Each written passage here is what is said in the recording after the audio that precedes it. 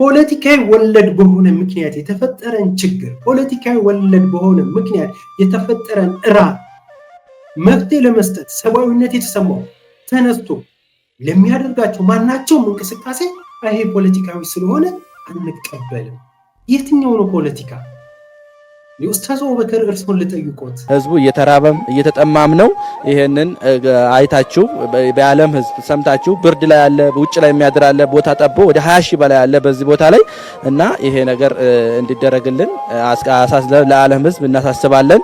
በዚህ ቦታ ላይ ያለ ህብረተሰብ ሁሉ ችጋረኛ ነው፣ ለማኝ ነው፣ ምጽዋት ጠባቂ ነው። ይሄንን አድርጋችሁ እንድትለምኑልን ነው።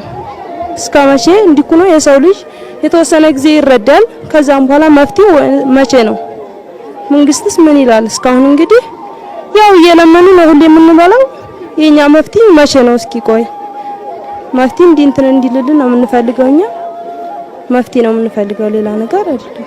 ከዚህ ጋር በተያያዘ በታኩር አማካኝነት በደብረ ብርሃን መጠለያ ጣቢያ ለሚገኙ ወገኖች በቲክቶክ የገቢ ማሰባሰቢያ መርሃ ግብር እየተካሄደ ይገኛል። በዚህ ዝግጅት ላይ ታዋቂው ባለሀብት አቶ ወርቁ አይተነው ለዚህ በጎ ዓላማ የሚውል 15 ሚሊዮን ብር ድጋፍ አድርጓል። እንዲሁም ደግሞ ታኩር ላሳየው ጥረት የ5 ሚሊዮን ብር ዘመናዊ መኪና ሽልማትም ይገባሃል በማለት ቃላቸውን ሰጥተዋል።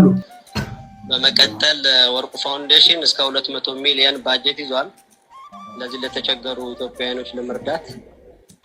አሁን አንተ የደለጎበኛው በዚህ ሰዓት መዋጮ የምታደርጉበት ግን 15 ሚሊዮን ብር ገቢ ያደርግላችኋል። ስለዚህ ውጭ ሀገር የሚገኙ ኮንታክታችሁ ከኛ ጋር በመገናኘት ገንዘቡን መረከብ ይችላል። ሆኖም ግን ይህ ልገሳቸውን ተቀባይነት አላገኘም። እንዴት ያለ ነገር ነው ጎበዝ! አቶ ወርቁ አይተነው እኮ በፋኖ ስም አይደለም ይሄንን ድጋፍ ያደረጉት። ወይም ደግሞ ይሄንን ድጋፍ ያደረጉት በተለያየ ጉዳይ በተለያየ ድርጅቶች በተለያየ ፖለቲካ ዓላማ ስም ባነገቡ ተቋማት ድርጅቶች ስያሜዎች አይደለም ይሄንን ድጋፍ ያደረጉት። ይሄን ድጋፍ ያደረጉት ለኔም ለኡስታዝም ለወርቁ አይተነውም ለገመቹም ለለማም ለኪሮስም ለሁሉም እኩል የተደረገ ጥሪ አለ። ያ ጥሪ ምንድነው? በማንነታቸው ለባለፉት 7 ዓመታት በተፈናቃይ ካምፕ ውስጥ የሚገኙ አማራዊ ማንነት ያላቸው ተፈናቃዮች አሉ። ሰቆቃ ውስጥ ናቸው። እርዳታ ያስፈልጋቸዋል። 7 ዓመት ሙሉ ዞር ብሎ ያያቸው የለም እና የሚቻላቸውን እርዳታ አድርጉ ተባለ። የሰብአዊነት ጥያቄ ቀረበ። በዚህ የሰብአዊነት ጥያቄ ላይ ወርቁ አይተነው ባለሀብት ነው፣ ባለው ሀብት መጠን 15 ሚሊዮን ብር ሰጥቷል። አይ ካንተ አንቀበልም የተለየ ፖለቲካ አመለካከት ስላለ ማን ይሄን ሚዛን ሰጪ ያደረገው? ይሄንን አልቀበልም ያለው አካል ነው ኡስታዝ አቡበከርና በዚህ በድርጅት ውስጥ ያሉ ኃላፊዎችና ይሄን ድርጅት እየመሩ ያሉ በድርጅቱ ዙሪያ ላይ ያሉት በአግማስ በሚባለው ድርጅት ዙሪያ ላይ ያሉት እነሱም የፖለቲካ አመለካከት ስላላቸው ነው ይሄን እርዳታ አልቀበልም ያለው። አቶ ወርቁ አይተነው የፖለቲካ አመለካከት ኖሮት በአሁን ሰዓት ላይ የራሱ የፖለቲካ አመለካከት ሊኖረው ይችል ይሆናል። በዛ የፖለቲካ አመለካከቱ መነሻ አድርጓት 15 ሚሊዮን ብር ይሰጣል። ማንንም እንደሰጠው 1000 ብርም ይሰጣል፣ 100 ብርም ይሰጣል፣ 100 ሺህም ይሰጣል። ሰው የቻለውን እርዳታ አድርጓል። አቶ ወርቁ አይተነው ደግሞ የቻለውን 15 ሚሊዮን ብር ረዳዋል። ይሄን እርዳታ ደግሞ በድርጅት ስም ረዳው ነው ያሉት። በድርጅቱ ስም ደግሞ በግልጽ ጠርቷል። የትኛውም የፖለቲካ አመለካከት የትኛውም ጉዳይ የታከከ ምንም አይነት ነገር የሌለበት መልእክት ነው አቶ ወርቁ አይተነው ያስተላልፉት። ፖለቲካዊ ወለድ በሆነ ምክንያት የተፈጠረን ችግር ፖለቲካዊ ወለድ በሆነ ምክንያት የተፈጠረን መፍትሄ ለመስጠት ሰብአዊነት የተሰማው ተነስቶ ለሚያደርጋቸው ማናቸውም እንቅስቃሴ ይሄ ፖለቲካዊ ስለሆነ አንቀበልም። የትኛው ነው ፖለቲካ? ኡስታዝ አቡበከር እርስዎን ልጠይቅዎት። እጅግ ማከብር ወንድሜ ነህ በእውነት። ሁሌ ግን ያሳያለው ነገር በቃ የተለየ ራሴ ያለ የፖለቲካ አመለካከት የራሴ ያለ ሃይማኖት ይኖራል፣ ይሄንን አከብርልሃል። ግን አምጥተ ልክ ያልተፈጠረው ነገር አምጥተ ሌላው ላይ ሊጫን ሌላው ላይ ለመጫን የምታደርገው ነገርን ጽኑ መወገዝ መቻል አለበት። ለምን ተብለ መጠየቅ መቻል አለበት። እንዴት ሰው ተራበ ተጠማ እርዳታ ይደረግለት ተብሎ ጥሪ ተላለፈ? ይሄንን ጥሪ እኮ በተመለከተ ማንም ኡስታዝ አቡበከር አንተውን ለዚህ ላሉ ተፈናቃዮች ምን አደረክ? በቅድም ምን እንዳደረክ እንዳላደረክ ማለት አድርገህ ከሆነ ይሄንን ግን ስታደርግ ግን ሙስሊም ስለሆንክ ይሄንን ግን ስታደርግ ግን አንተ በዚህ ዙሪያ ላይ የራስዎን የፖለቲካ አመለካከት ፍላጎት አለ። በዚህ የፖለቲካ አመለካከትና ፍላጎት ስለሆነ ኡስታዝ አቡበከር የሰጡን ስጦታ አንቀበልም መባል አለበት? የማለት ጥያቄ ነው የተጠየቀው ኡስታዝ አቡበከር እና በኡስታዝ አቡበከር ሐሳብ ተገዥ ናቸው። ስለዚህ እንደዚህ አይነቱ ነገር ፍጹም ነውር የሆነ ተግባር ነው። ይሄ በረሃብተኞች ላይ፣ ይሄ በስደተኞች ላይ፣ ይሄ በተፈናቃዮች ላይ፣ ይሄ የይድረሱልን ጥሪ እያሰሙ ባሉ ድሆች ላይ የሞት አዋጅ እንደማወጅ ይቆጠራል። አግማስ የሚባለው ድርጅት ራሱ የፖለቲካ ፍላጎትና ዓላማ ያለው ተቋምና ድርጅት ነው። የፖለቲካ ፍላጎት ብቻም ሳይሆን ሃይማኖታዊ ፍላጎት ጭምር ያለው።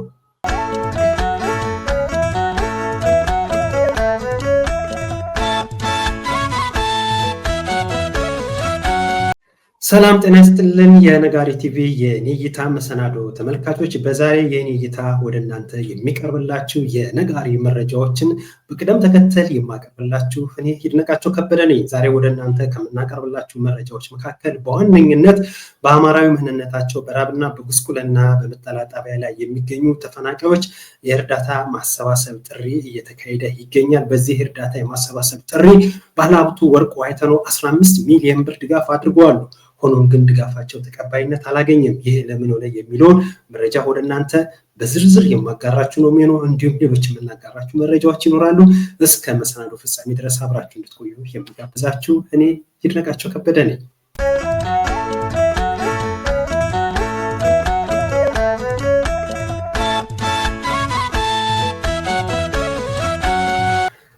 ጤና ይስጥልን። እንግዲህ ወደ መጀመሪያው መረጃ እናመራለን። እሱ ምንድነው? በአማራዊ ማንነታቸው በራብና በጉስቁልና በመጠለያ ጣቢያ ላይ የሚገኙ ተፈናቃዮችን በተመለከተ ነው። እስኪ ወደዚህ መረጃ ከመግባቴ በፊት አንድ የዛ አካባቢ ሁኔታ በትክክል የሚያሳይ እጅግ አሳዛኝ የሆነ ሁኔታውን አጠቃላይ ነገሩን የሚገልጽ የተንቀሳቃሽ ወይ የቪዲዮ ምስል አለ። እሱን እንመልከትና ቀደም ሲል የገለጽኩላችሁን መረጃዎች አጋራችኋለሁ። እስኪ በቅድሚያ በዛ አካባቢ ያለውን አሳዛኝ ክስተትን የሚገልጽ አሁን ቪዲዮ እንመልከት። ቤት ንብረታቸውን ጥለው በደብረ ብርሃን ከተማ በተለያዩ የመጠለያ ጣቢያዎች የሚገኙ ተፈናቃዮች በረሃብ አለንጋ እየተቀጡ በመሆናቸው ወገን እንዲደርስላቸውና የእርዳታ እጁን እንዲዘረጋላቸው በተማጽኖ የእርዳታ ጥሪ ያቀርባሉ። ህዝቡ እየተራበም እየተጠማም ነው። ይሄንን አይታችሁ በዓለም ህዝብ ሰምታችሁ ብርድ ላይ ያለ ውጭ ላይ የሚያድር አለ፣ ቦታ ጠቦ ወደ 20 ሺህ በላይ ያለ በዚህ ቦታ ላይ እና ይሄ ነገር እንዲደረግልን ለዓለም ህዝብ እናሳስባለን። በዚህ ቦታ ላይ ያለ ህብረተሰብ ሁሉ ችጋረኛ ነው፣ ለማኝ ነው፣ ምጽዋት ጠባቂ ነው። ይሄንን አድርጋችሁ እንድትለምኑልን የሰሜን ሸዋ ሀገረ ስብከትን በደንብ አድርገን እናመሰግናለን። አሁን ያለንበት ችግር በእርግጥ እንደራበን ነው፣ እንደጠማን ነው፣ ልብስም እንደታረዝን ነው። በማንኛውም ነገር ጉድለት አለ። በሕክምና ደረጃም የሕክምና እርዳታም በቂ አይደለም። የምግብ አቅርቦትም በዛው ልክ ነው። የንጽህና ጉድለትም በዛው ልክ ነው። የመጠለያ ካምፓችንም የተለያየ ችግር እንዳለበት እንግዲህ በአንድ አዳራሽ ውስጥ 500 ህዝብ 600 ህዝብ ያለበት እና የመኝታ ችግር የልብስ ችግር ያለብን ስለሆነ ይህንን ችግር አፋጣኝ ምላሽ የተለያዩ የመንግስት አካላትም ሆኖ የሚመለከታቸው ክፍሎች ይህንን አፋጣኝ ምላሽ እንዲሰጡን በአክብሮትና በትህትና እየጠየቁ የወደፊት የዘለቄታ መፍትሄያችንም ደግሞ ማንኛውም የባለድርሻ አካላት ይህንን ችግር ተመልክቶ አፋጣኝ ምላሽ እንዲሰጠን በአክብሮትና በትህትና ጠይቃለሁ። በጣም የምግብና የልብስ ችግር አለብን። የመኝታም ችግር አለ። ሲሚንቶ ላይ እየተኛን በጣም እየተጉላላን ነው። ወላዶች፣ መጫቶች፣ ነፍሰ ጡሮች በጣም ችግር ላይ ወድቀዋል። አዛውንቶች፣ አቅም የሌላቸው አክላተ ጎደሎ አለ፣ አይነ ስውር አለ፣ አቅመ ደካማ አለ፣ አዛውንት የ80 የ100 ዓመቶች አሉ።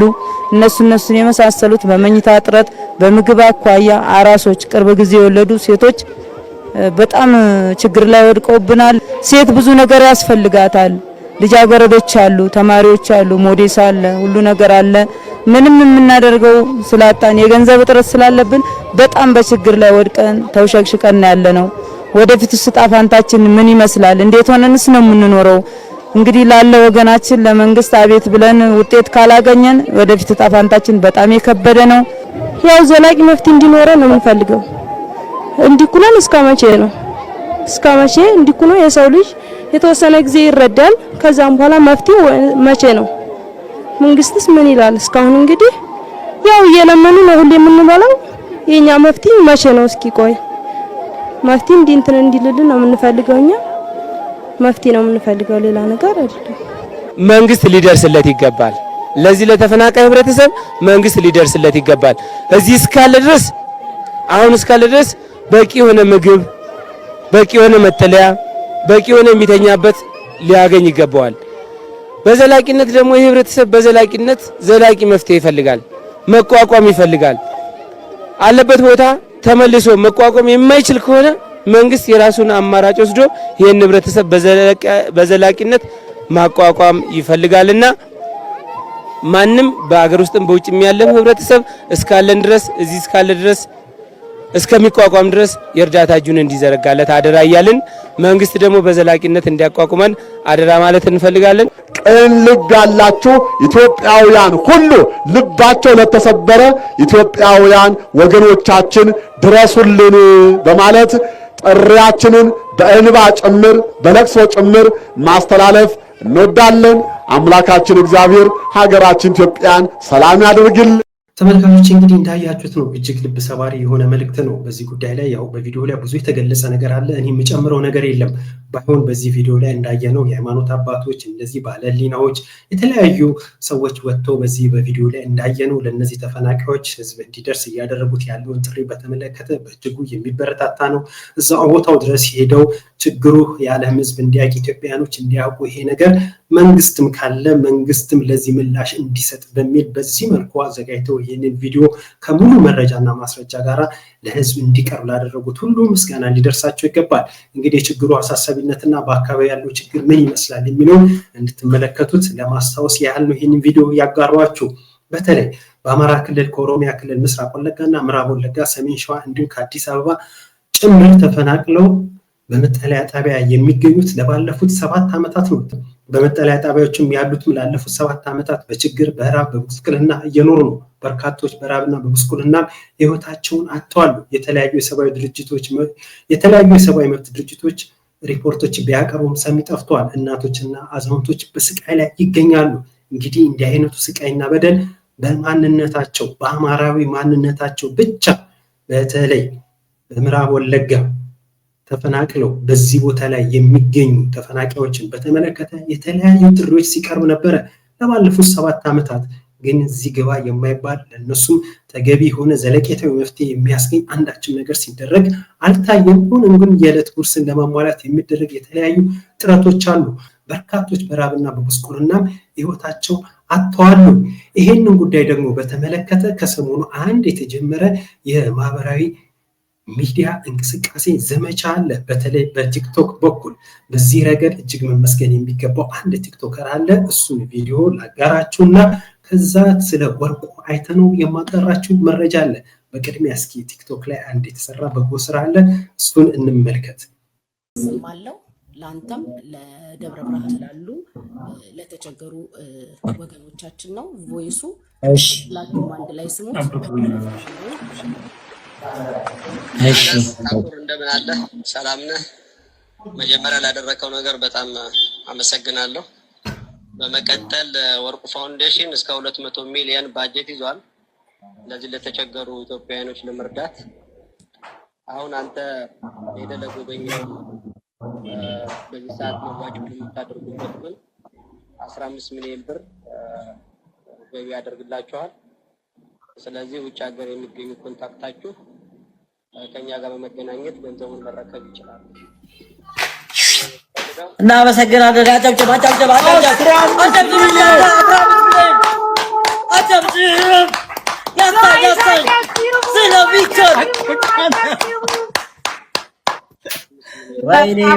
ወይኔ ስለሚቻል አልጨረስኩም። አንድ ጊዜ እንጨርሰው እንዳለ ነው የምናቋቁመው ሁሉንም። እሺ ያንተም ሰርፕራይዝ ስላለ አንድ ላይ እንስማው። እሺ ራሱ አሳቀኝ። ማን ነው? ቀጥል። ፈልገው ሀገር የሚገኙ ኮንታክታችሁ ከኛ ጋር በመገናኘት ገንዘቡን መረከብ ይችላል። ይሄን ነው የምፈልገው። አንተም በተመለከተ ግን ድርጅቱ የ5 ሚሊዮን ብር መኪና ለግልህ ሸልመዋል።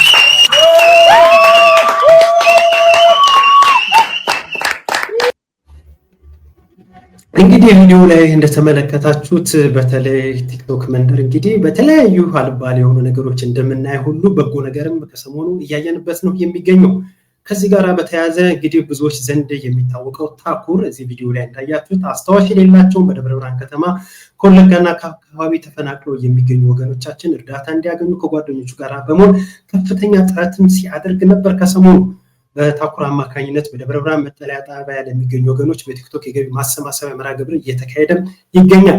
በዚህ ዝግጅት ላይ ታዋቂው ባለሀብት አቶ ወርቁ አይተኖ ለዚህ በጎ ዓላማ የሚውል 15 ሚሊዮን ብር ድጋፍ አድርጓሉ። እንዲሁም ደግሞ ታኩር ላሳየው ጥረት የ5 ሚሊዮን ብር ዘመናዊ መኪና ሽልማትም ይገባሃል በማለት ቃላቸውን ሰጥተዋል።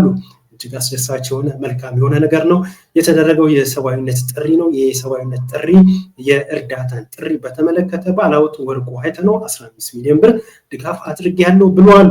እንዲሁም ደግሞ ታኩር ደግሞ ለሚያደርጋቸው በጎ እንቅስቃሴዎች ማበረታቻውም እንዲሆን ደግሞ በማለት ለሱም 5 ሚሊዮን ብር የሚወጣ የመኪና ስጦታን ለግሻለሁ ብለዋል።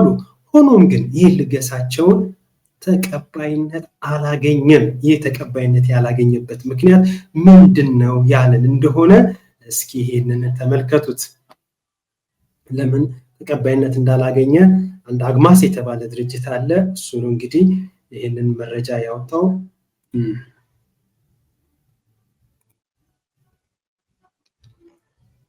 ይሄው እዚህ በምስሉ ላይ እንደምትመለከቱት አግማስ ኢትዮጵያ የበጎ አድራጎት ድርጅት ከኢፌዴሪ ሲቪክ ማህበራት ድርጅት በባለስልጣናት ፍቃድ ወስዶ መንቀሳቀስ ከጀመረ 4 ዓመታትን አስቆጥሯል። በእነዚህ ዓመታት ውስጥ በርካታ በጎ አድራጎት የፈጸሙ የመንግስት አጋዥ የሆኑ የቆየ ድርጅት ነው። በተለይ ተፈናቃይ ወገኖች በተያያዘ ዘርፍ ብዙ ስራዎች ላይ በዕለት ተዕለት ተደራሽ በመሆን የተለያዩ በጎ አድራጎት ስራዎችን ሲያከናውን ቆይቷል የሚል የሆነ ዘርዘር ያለ ሀሳብ አለው። ይህንን ነገር ከዘረዘረ በኋላ ምን ይላል? አግማስ ኢትዮጵያ ይህንን በህግ ተግባርና ወገኖችን በዘለቄታ ወደ ስራ የማስገባት እንቅስቃሴውን ለመደገፍ ያለመ የቀጥታ ስርጭት ኦንላይን የድጋፍ ማሰባሰቢያ ፕሮግራም ለባለፉት 6 ቀናት ያደረገ ሲሆን በዚህ ፕሮግራም ላይም አንዳንድ ከድርጅታችን መርህ ጋራ አብረው የማይሄዱ አካሄዶችም አይተናል። ድርጅቱ ከፖለቲካና ከዘር ከሃይማኖት የጸዳና ገለልተኛውን የሚሰራ በመሆኑ ምንም አይነት የፖለቲካ የሚሆን ሌላ ዓላማ ካለው ግለሰብን ድርጅት ድጋፍ የማይቀበል መሆኑን ለማረጋገጥ እንወዳለን። በዚህም መሰረት እንደ አይነቱን አመለካከት ያላቸው ጉዳዮች ከድርጅቶቻችን ጋር ምንም አይነት ግንኙነት እንደሌላቸው በማረጋገጥ የድጋፍ ማሰባሰቢያ መርሃ ግብራችንን በይፋ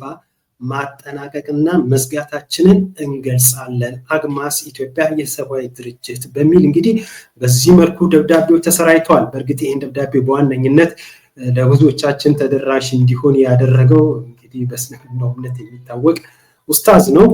እንግዲህ እዚህ ላይ እንደምናየው የኡስታዝ አቡበከር ነው ይሄንን መረጃ ይፋ ያደረገው። እንግዲህ ይሄ ነገር ያው በትክክል አሁን እንግዲህ አቶ ወርቁ አይተነው የራሳቸው የሆነ ፖለቲካ አመለካከት አቶ ወርቁ አይተነው ሳይሆን እኮ ኡስታዝ አቡበከር መሐመድም እኮ የራሱ የሆነ የፖለቲካ አመለካከት አለው። የራሱ የሆነ የሚከተለው ሃይማኖት አለ። ማናችንም ብንሆን በየራሳችን የምንከተለው ሃይማኖት የምንከተለው የፖለቲካ አመለካከት የግል የራሳችን የተለያየ አመለካከት ሊኖረን ይችል ይሆናል። ግን እነዚህን አመለካከቶቻችንን በተለያየ መንገድ ለመጫን የምናደርጋቸው ያልተፈለጉ ነገሮች ተገቢ አለመሆናቸው አስረጅ የሚሹ ነገሮች አይደሉም። ሆኖም ግን በሰብአዊነት ምክንያት ለሚቀርቡ ጥያቄዎች ግን ለሚደረጉ ትብብሮች ድጋፎችን በተመለከተ ግን ለምሳሌ እኔ በሙስሊሞች አካባቢ ለሚካሄድ የመብት ጥሰት የሃይማኖት ጥሰትን በተመለከተ በተደጋጋሚ በድምጻችን ይሰማ በተለይ አቡበከር ቪዲዮ ካየው በደንብ ሊያስታውስ ይችላል። ሂደቱንም እኔንም ጭምር በደንብ ሊያስታውስ ይችላል። የድምጻችን ይሰማ እንቅስቃሴ ድረስኮ በማን ይቅርታ በድምጻችን ይሰማ እንቅስቃሴ ወቅት ከነሱ እኩል ወጥቼ ድምጼን ሳሰማ ነበረ። በሚታሰሩበት ወቅት ለምን ታሰሩ ስለነሱ ፍትህ ብዬ ስጠይቅ ነበረ። በአደባባይ ሰልፍ ጠርተን በሰልፍ መሃል ላይ ያው የኡስታዝ አቡበከርን ፎቶና የሌሎችና ያሲን ኑር የሌሎቹ የድምጻችን ይሰማ የኮሚቴ አባላቶችን ፎቶ ይዘን እኮ የእምነት ነፃነታቸው ሊከበር ይገባልና አላግባብ ነው የታሰሩትና ይፈቱ ብለን በወቅቱ አደባባይ ላይ ወጥተው የፍትህ ጥያቄ ከጠየቁት መካከል አንዱ እኔ ነኝ። ይሄንን ለመጠየቅ አሁን ያን ኡስታዝ አቡበከር አንተ ኦርቶዶክስ ስለሆንክ ይሄን መጠየቅ አይገባም ሊለኝ ይቻላል እንዴ? አይቻልም። ከዛ ጋር መደረግ ያለበት ነገርም ስላለ ማለት ነው። እንዲሁም ደግሞ የተለያየ የሰብአዊ እርዳታ ረሃብ፣ ችግር፣ መፈናቀል እንዲህ ነገር በደረሰበት ወቅት የሆነ ነገር ሲረዳ የእስላም ነውና የክርስቲያን ነውና እንቀበል አንቀበል የሚል የሆነ እርዳታ ሲደረግ ይሄ ሰው የፖለቲካ አመለካከቱ ቅንጅት ነው፣ ኢህአዴግ ነው፣ ወያኔ ነው፣ ሻዕቢያ ነው፣ ኦነግ ነው፣ ቅንጅት ነው፣ እንደዚህ ፓርቲ ነው፣ እንዲህ ስለሆነ ልቀበል አልቀበል የሚባል ነገር አለ እንዴ? ያ እርዳታ የተደረገው በድርጅቱም በተቋሙ ስም የሆነ እንደሆነ እሱ ጥንቃቄ ያስፈልጋል። እሱ መመርመር ሊያስፈልግ ይችላል። እንደሱም ሆኖ እርዳታ አንቀበልም ማለት በራሱ አጠያቂ ቢሆንም ያንን መመርመር ያስፈልጋል። ግን አቶ ወርቁ አይተነው ግን በኡስታዝ አቡበከርና የአግማስ በሚባለው ድርጅት አማካኝነት እርዳታቸውን 15 ሚሊዮን ብር መቀበል አንፈልግም፣ እንደውም ከዚህ በኋላ በእንደዚህ መልኩ የሚደረግ እንቅስቃሴው ወደ አልተገባ ነገር እየሄደ ነውና አቁመናል ሲሉ ይኸው በዚህ በመግለጫው ላይ አሳይተውናል። እንዴት ያለ ነገር ነው ጎበዝ! አቶ ወርቁ አይተነው እኮ በፋኖ ስም አይደለም ይሄንን ድጋፍ ያደረጉት ወይም ደግሞ ይሄንን ድጋፍ ያደረጉት በተለያየ ጉዳይ በተለያየ ድርጅቶች በተለያየ ፖለቲካ ዓላማ ስም ባነገቡ ተቋማት ድርጅቶች ስያሜዎች አይደለም ይሄንን ድጋፍ ያደረጉት። ይሄን ድጋፍ ያደረጉት ለኔም ለኡስታዝም ለወርቁ አይተነውም ለገመቹም ለለማም ለኪሮስም ለሁሉም እኩል የተደረገ ጥሪ አለ። ያ ጥሪ ምንድነው? በማንነታቸው ለባለፉት 7 ዓመታት በተፈናቃይ ካምፕ ውስጥ የሚገኙ አማራዊ ማንነት ያላቸው ተፈናቃዮች አሉ። ሰቆቃ ውስጥ ናቸው። እርዳታ ያስፈልጋቸዋል። 7 ዓመት ሙሉ ዞር ብሎ ያያቸው የለም እና የሚቻላችሁ እርዳታ አድርጉ ተባለ። የሰብአዊነት ጥያቄ ቀረበ። በዚህ የሰብአዊነት ጥያቄ ላይ ወርቁ አይተነው ባለሀብት ነው፣ ባለው ሀብት መጠን 15 ሚሊዮን ብር ሰጥቷል። አይ ካንተ አንቀበልም የተለየ ፖለቲካ አመለካከት ስላለ ማን ይሄን ሚዛን ሰጪ ያደረገው? ይሄንን አልቀበልም ያለው አካል ነው ኡስታዝ አቡበከርና በዚህ በድርጅት ውስጥ ያሉ ኃላፊዎችና ይሄን ድርጅት እየመሩ ያሉ በድርጅቱ ዙሪያ ላይ ያሉት በአግማስ በሚባለው ድርጅት ዙሪያ ላይ ያሉት እነሱም የፖለቲካ አመለካከት ስላላቸው ነው ይሄን እርዳታ አልቀበልም ያሉት። አቶ ወርቁ አይተነው የፖለቲካ አመለካከት ኖሮት በአሁን ሰዓት ላይ የራሱ የሆነ ፖለቲካ አመለካከት ሊኖረው ይችል ይሆናል። በዛ የፖለቲካ አመለካከቱ መነሻ አድርጓል 15 ሚሊዮን ብር ይሰጥ። ማንንም እንደሰጠው 1000 ብርም ይሰጣል፣ 100 ብርም ይሰጣል፣ 100 ሺህም ይሰጥም አለ። ሰው የቻለውን እርዳታ አድርጓል። አቶ ወርቁ አይተነው ደግሞ የቻለውን 15 ሚሊዮን ብር ረዳዋል። ይሄን እርዳታ ደግሞ በድርጅት ስም ረዳውን ያሉ በድርጅቱም ስም ደግሞ በግልጽ ጠርቷል። የትኛውም የፖለቲካ አመለካከት የትኛውም ጉዳይ የታከከ ምንም አይነት ነገር የሌለበት መልእክት ነው አቶ ወርቁ አይተነው ያስተላለፉት። ቪዲዮ ላይ ሰምታችሁት።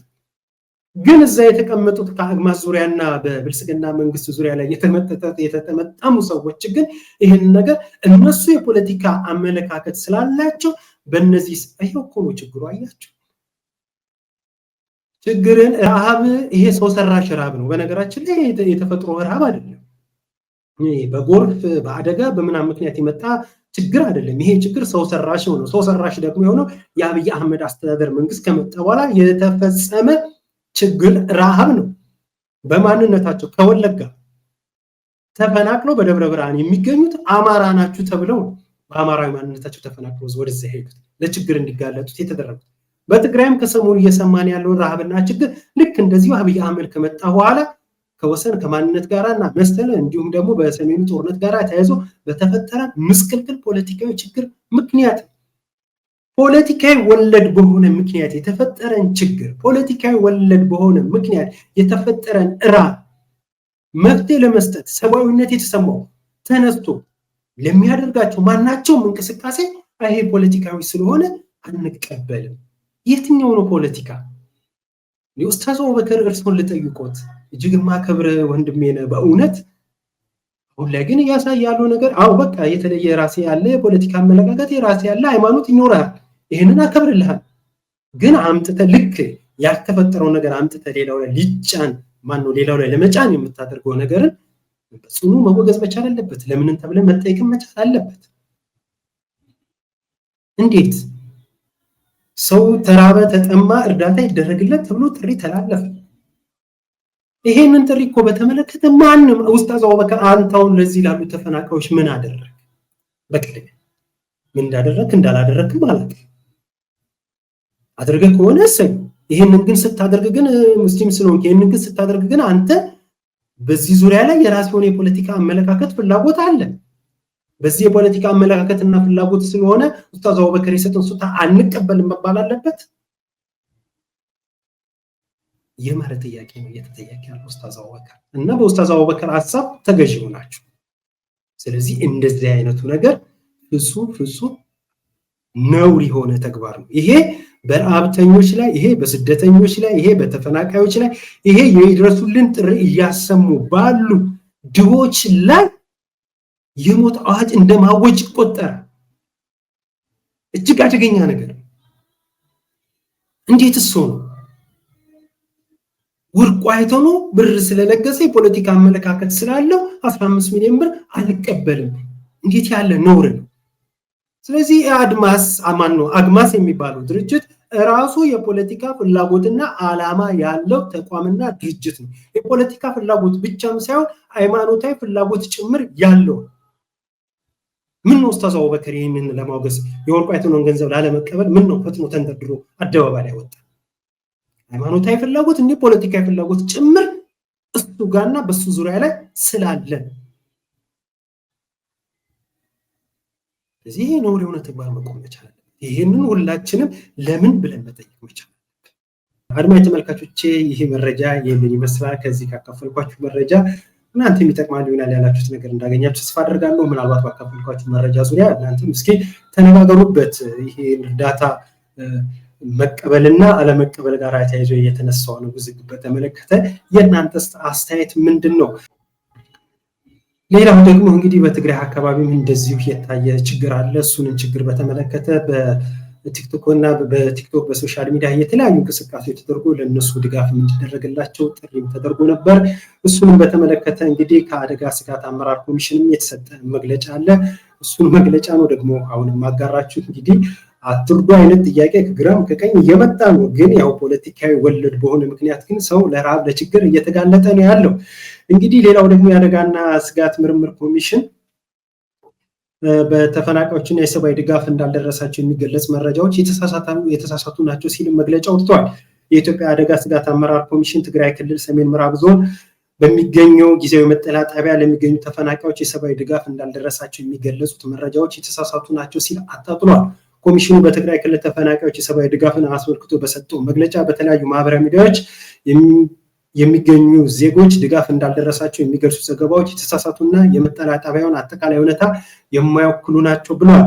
መንግስት በመጠለያ ጣቢያ ለሚገኙ ዜጎች የቅድሚያ ትኩረት በመስጠት ዓመታትን ሙሉ የምግብ ድጋፍ ሲያቀርብ መቆየቱን የገለጸው ኮሚሽኑ መስከረም 2018 ዓ.ም ጀምሮ እስካሁን የታህሳስ ወር ድረስ ያልተቋረጠና የተሟላ ሰብአዊ እርዳታ እየተሰራጨ እንደሚገኝም በመረጃው ማረጋገጡን አስፍሯል። እንግዲህ ያው የአደጋና ስጋት ኮሚሽን የሚቻለኝን ሁሉ ጥረት እያደረኩ ነው፣ በማህበራዊ ሚዲያ በተለያየ መልኩ የሚሰራጩ መረጃዎች ሐሰት ናቸው ይላል። እንግዲህ እስኪ አድማጭ ተመልካቾች ይሄን ቪዲዮ ተመልከቱትና እንዴት ነው አደጋና ስጋት ኮሚሽን ሐሰት ነው ያለን የሚለው